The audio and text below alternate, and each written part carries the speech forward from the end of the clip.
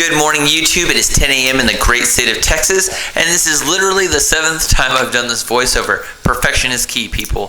So I am doing what I'm calling the ocean blue bowl. So I did something similar like this early on in my woodworking career when I was doing YouTube my first year. I took pieces of pine board, laid them up on the sides of a 5-quart bucket, poured epoxy in it, and made this cool textured bowl. So today we're going to re-attempt to do the same thing using black diamond. I believe it's called black diamond. Using this pigment that I've said nothing but great things about. Absolutely love it. This color absolutely is amazing. So it's like this cool ocean blue. Looks like the Bahamas or some cool place in Hawaii that you would go to. Love this color. You can see just the pigmentation just really swirls in there.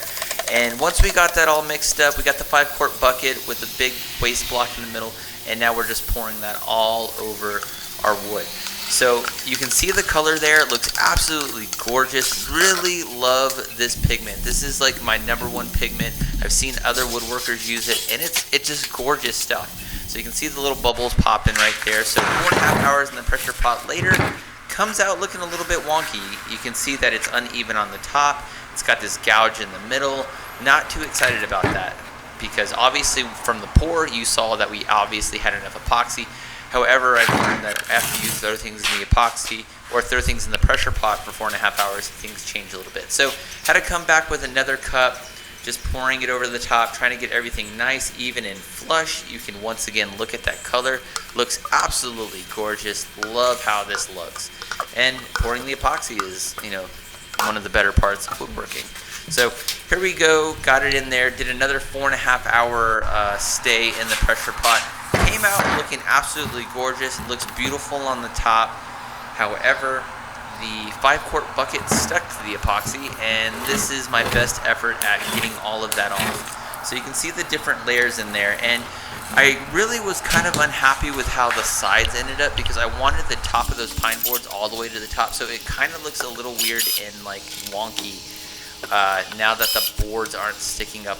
So it's still going to look absolutely beautiful, but it didn't get the actual effect that I was going for on this project. So once we got the faceplate on, now we're just going to go ahead, put the actual blanket itself onto the lathe, and you can still see a lot of that 5-quart bucket stuck there. Get everything nice, secure, spun down, and now we're ready to rock and roll. So once we did that, got the tailstock supporting, and now we are just trying to get that superficial layer off like we do with all of our projects. It's a little bit different when you have that plastic on there.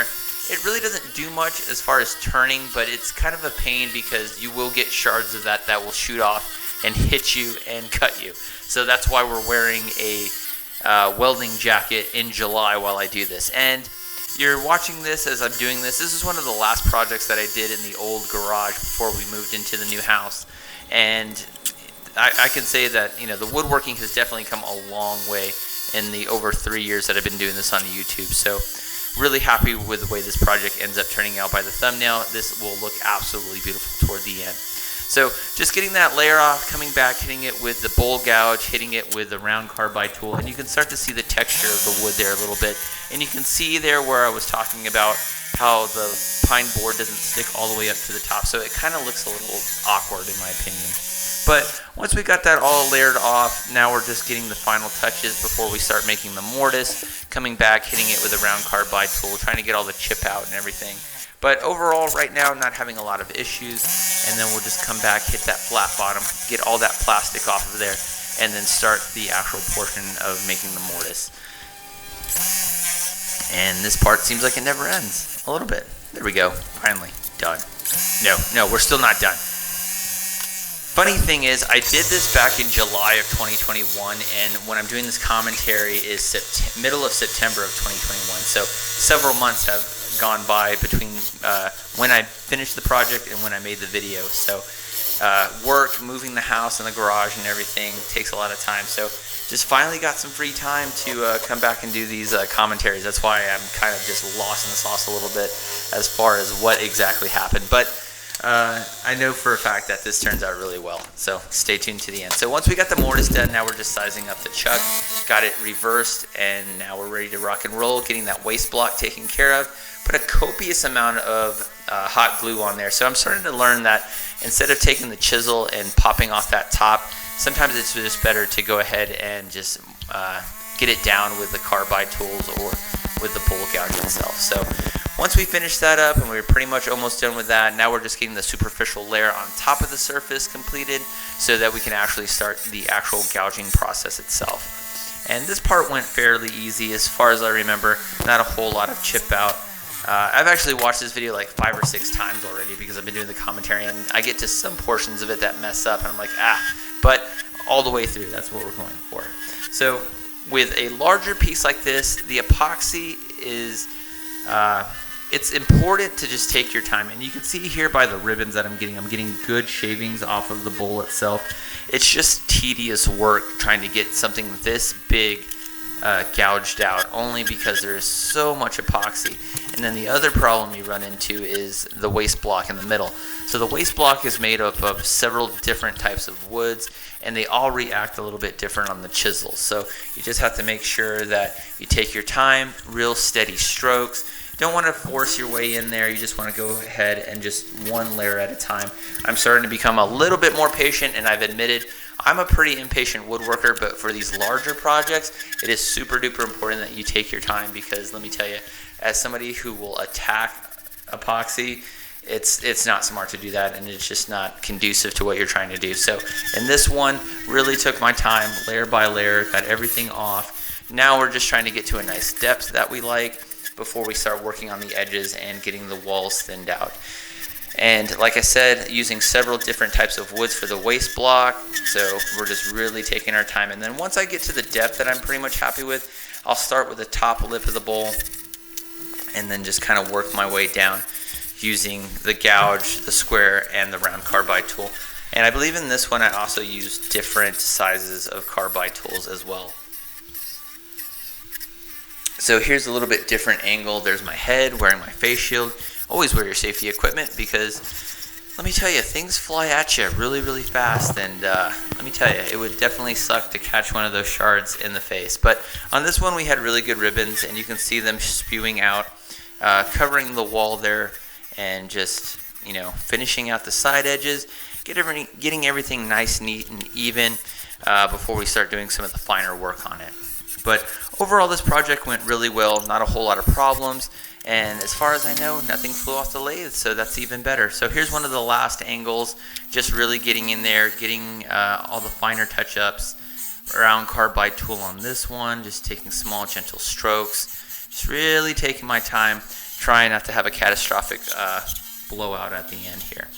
And we're just really getting in there. The camera really, you know, is kind of wonky on the side of me, so you really can't see inside per se. But overall, we're just getting layer by layer, bit by bit out of there so we can finish it up and then start the fabulous part of sanding, because you guys know how much I love sanding on this channel. I don't think any woodworker loves sanding, by the way, at least none that I've watched on YouTube. So once we got all of that done and I got the edges, this is what it looked like there toward the end.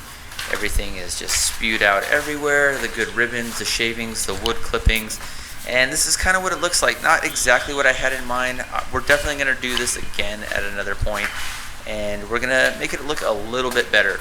But like I said, this is July when I finish this, and you guys probably aren't watching this until January of 2022. But overall, the aesthetic of the bowl looks really nice. So started the actual sanding part 3:15 in the morning. This was right toward the end, right before we moved out of the house. So trying to get all this stuff done because I had a work obligation that I had to go to, so I wasn't going to be able to be in the garage, so I had to get all this done. So sanding, I believe I went from, I believe that's 80 grit, and then we just went all the way up to 1500 through all of the other meshes. And then we're hitting it here with the micro mesh, doing a little bit of wet sanding, just on the epoxy portions itself, not hitting it up on the actual wood portions at all on this. So once we got that done, then we're going to come back, hit it with the wood wax, make sure you get a good polish on there. The sanding is the key to a good polish. You just want to polish it down as much as possible, really take your time there, and then just hit it with that wood wax and cover it up. So once we got all the polishing done, now we're going to see the final product. And here it is, looking absolutely gorgeous. And I finished this real early in the morning, so unfortunately you won't get to see the sun shooting through it or anything, but the color absolutely looks beautiful. I love this pigment. It is definitely worth the money, so I really recommend that you go out if you're interested in woodworking. Black, I believe it's called Black Diamond, I want to say. You can get it via Amazon, and look at the colors on this. The marbling looks absolutely gorgeous, absolutely beautiful. So hope you guys like the project. Hope you guys got something out of it. I know I really love this one. We're going to come back and do a better version of this, no doubt. So hope you guys are having a good 2022. And here's the final project, final product on the lathe itself here in just a couple of seconds. In theory, where is it? Come on, where is it? I know I put this on top of the lathe. Here it is. Okay, boom, there it is. I don't even know my own editing. So hope you liked it. Don't forget to subscribe. I'll see you in the next project. Peace. Good morning. So the project is done. It is now almost 5 o'clock in the morning, as you can see from the clock in the background. It's 4:45, and today is Monday, July 19th, 2021. You guys probably aren't going to watch this until January of 2022. We're getting down to the final projects that I'm doing in the garage. And this one was an absolute beauty. I wish I would have made longer posts on the sides. However, obviously that didn't happen. But it still nonetheless turned out absolutely beautiful. You can see the giant crack that's on the bottom of that thing. I saw this when I initially made the mortise in the back, but I miraculously stayed together. So that just kind of goes into, you know, my skill level and where it's been developing over the past couple of years. But it looks really cool. Really happy the way this turned out. Didn't have a lot of problems or issues with it. Just trying to get rid of all this scrap and trying to do something unique with it. But every bowl is a learning process, and that's what we're here to do, is learn. So hope you guys got something out of it. I got to go to work this morning. We're moving out of the house, and you know, this is how it started, and this is how it's going to go. So hope you guys are having a good new year. Like I said, you guys are probably watching this in January of 2022, maybe February, who knows. But hope you guys enjoyed it. Hope you guys subscribed, liked it, all that good stuff. And I'll see you guys in the next project. All right, peace. I got to go.